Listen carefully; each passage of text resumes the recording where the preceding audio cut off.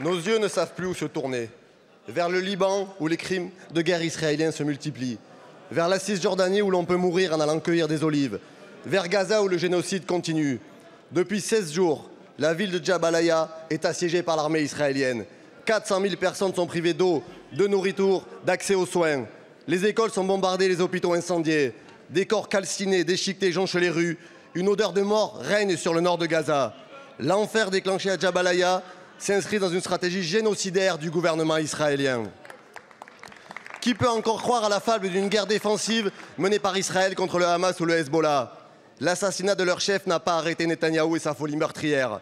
Bombardements aveugles, tirs de snipers sur les civils, blocus alimentaire, les semeurs de mort continuent leur besogne. Être déplacés de force ou mourir sous les balles israéliennes, voilà le seul horizon offert aux Palestiniennes et aux Palestiniens depuis maintenant plusieurs mois. De Gaza à Jabalia, de Rafah à Khan Younes, nous sommes témoins de la mise à mort délibérée d'un peuple. L'ONU alerte, monsieur le Premier ministre. Jamais depuis 1945, une population n'a été réduite à la faim si rapidement et si complètement comme l'ont été les 2,3 millions de Palestiniens vivant à Gaza. La légitimation d'un tel degré de barbarie devrait inquiéter le monde. Jusqu'où la France s'enfoncerait-elle dans la complicité face au premier génocide filmé en direct à la télévision? Ce n'est pas une guerre, c'est un génocide et le peuple français vous le crie depuis des mois. Plutôt que de s'attaquer à la rapporteure spéciale de l'ONU, Francesca Albanese, dont je salue le travail, la France doit poser des actes concrets pour mettre le gouvernement israélien et son armée hors d'état de nuire.